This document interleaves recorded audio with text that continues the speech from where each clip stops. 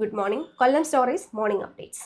സമയത്തെ ചൊല്ലിയുള്ള തർക്കത്തെ തുടർന്ന് നിറയെ യാത്രക്കാരുമായി മത്സരയോട്ടം നടത്തിയ സ്വകാര്യ ബസ്സുകൾ ഭീകരാന്തരീക്ഷം സൃഷ്ടിച്ച് അപകടം വരുത്തി.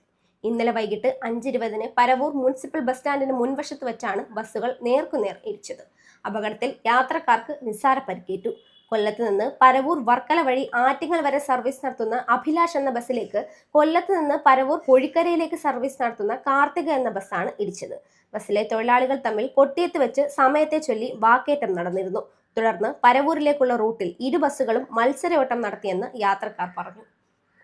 അമിതമായി അയൺ ഗുളികകൾ കഴിച്ച കുട്ടികൾക്ക് ദേഹാസ്വസ്ഥ്യം. മൈനാഗപ്പള്ളി മിലാദി ഷെരീഫ് ബോയ്സ് ഹൈസ്കൂളിലെ കുട്ടികൾക്കാണ് ദേഹാസ്വസ്ഥ്യം ഉണ്ടായത്.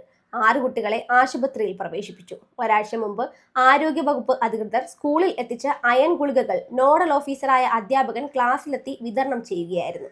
കഴിക്കേണ്ട രീതികളെക്കുറിച്ച് വ്യക്തമായ നിർദ്ദേശം നൽകിയിരുന്നെങ്കിലും ഒരു കൂട്ടം കുട്ടികൾ മത്സരിച്ച് ഗുളിക കഴിക്കുകയായിരുന്നുവെന്ന് പറയപ്പെടുന്നു.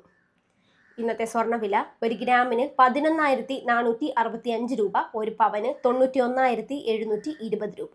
പള്ളിമുക്കിൽ രാവിലെ 9 മുതൽ വൈകിട്ട് 5 വരെയും കടപ്പാക്കടയിൽ 9 മുതൽ 6 വരെയും വൈദ്യുതി മുടങ്ങും.